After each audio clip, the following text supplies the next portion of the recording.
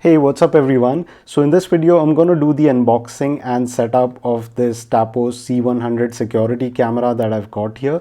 So earlier I had done a similar video of the C200, which is another offering by TP-Link, and it has some extra features compared to the C100.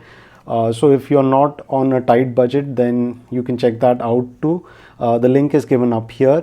And if you're on a tight budget, then I think C100 has most of the features that you would need to make your home more secure. So let's quickly do the unboxing and then we'll take a look at the setup process.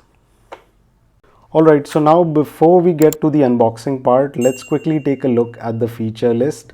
So over here you can see it's written motion detection and notifications. So when you're connected in your Wi-Fi network and you have a network on your phone, then you get motion detection alerts and notifications. The second thing that we have is night vision up to 30 feet, and then it's recording in full HD 1080p definition, so which I think is good enough. And lastly, the microSD support is up to 128 GB, which again I think is a lot for home security purposes. Now on the back side, there are some additional features, so you can pause the video here and take a look at these. All right, now let's do the unboxing.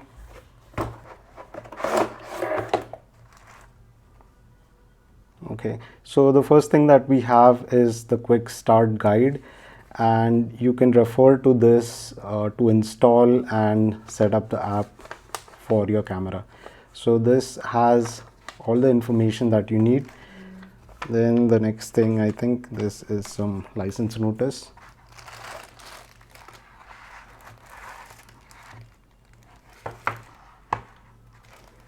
All right, so here's the main unit. Let me take this out. So here's the main unit, and it has screws at the bottom using which you can mount it on any surface that you want. And with the C200, what was different was, like, with the app you can control the direction of the camera, but with this one it's fixed, and if you have to change the direction, then you'll have to do it manually using your hands. So that's the main difference that I see. So this is the main unit. Now the next thing that we have is the adapter. So the cable length is quite long for most of the requirements, and the pin structure on this side is something like this. On the other side we have a normal DC type pin.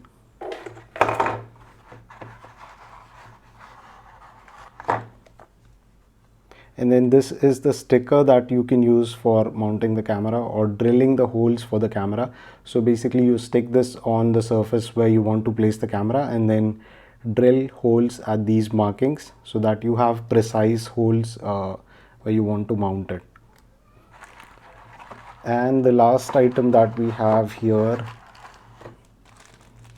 are the screws and the plugs. So that's all that we have in the box. Let's quickly get to the setup part. All right, so the step number one for the setup is to download the app. You can scan this QR code and get the app. The next thing would be to power up the device and then tap the plus icon in the app to select your model and then follow the instructions. So it's pretty much like a wizard thing. So I already have the app installed since I have one camera set up in my house. So let's try adding a new device, but before that I'm gonna power up the device. So the power cable connector is over here. I have plugged that in, and now you can see that the device is powering up. So let's keep it away and we'll get to the app part. Alright, so now installing the app is very simple. I'm here on an Android phone, so I'll be going to the Play Store. If you're on an Apple device, you need to look for this app in the App Store. The app name is Tapo TP-Link, and this is how it looks. So you need to install this. For me, it's already installed since I have a camera at home. So let's just open this.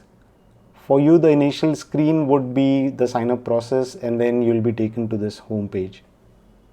Now, when you're on the home page for the very first time, you need to add your device by clicking on the plus on top here, and then you need to select your device. So there are a lot of different devices that you can see in this list. We'll be selecting the camera, and Tapo C100 is our current device, so let's add that.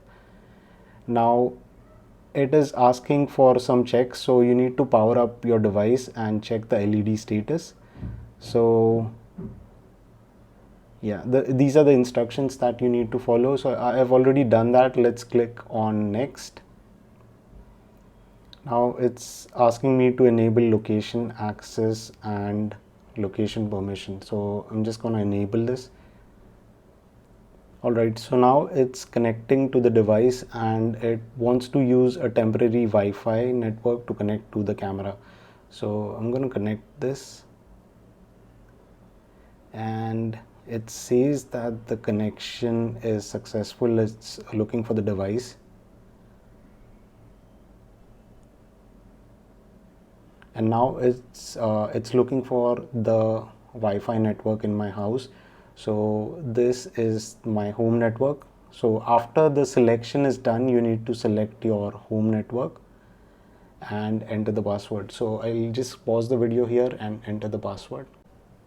So after you're done entering the password, you need to click on next. And now it's connecting your camera to your home network so that you can use it via the app. Connecting to Wi-Fi. Wi-Fi connected. Yeah, so you heard that the device has successfully connected to the Wi-Fi. It said Wi-Fi connected. I'm not sure why it's stuck here. Now after the Wi-Fi is successfully connected, it's going to take some time for the app to recognize the connection. So be patient and don't close the app or go back. So after the connection is done, you'll be taken to this page where you can name your device. So you can give it a name like your master room camera or maybe your parking camera, etc. And then you need to click on next. Now it's asking for a location. So for me, I'm going to place this in my garage. Alright, so it says that the setup is complete and the device is ready for use.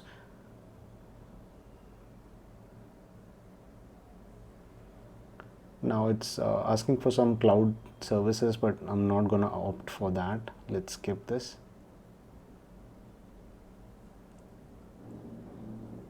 And then there are some final steps for local storage. I'll skip this as well because I've already covered that in my other video for the C200.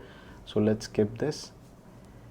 And now we can see the second camera in here, which is online. My other camera, the C200, is offline. So let's click on this to see the preview. Yeah, so we can see things from the camera on my phone, and you can see a lot of options in here. Now I won't be going into the options at this moment. I'll cover that in a separate video, but this was just to help you understand the overall app setup process.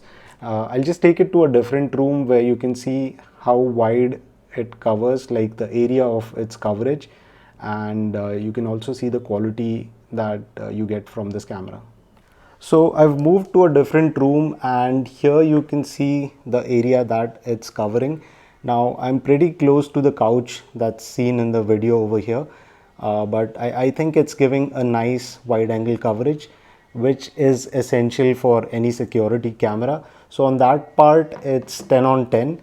And then for the adjustment part, like I had mentioned in the very beginning of the video, the C200 lets you adjust the angle remotely, but for this one you have to do it manually. I mean, you'll have to push this around, and that will basically change the angle of the camera.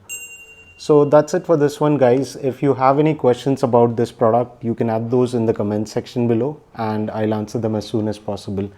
So thank you for watching this video and do subscribe to my channel.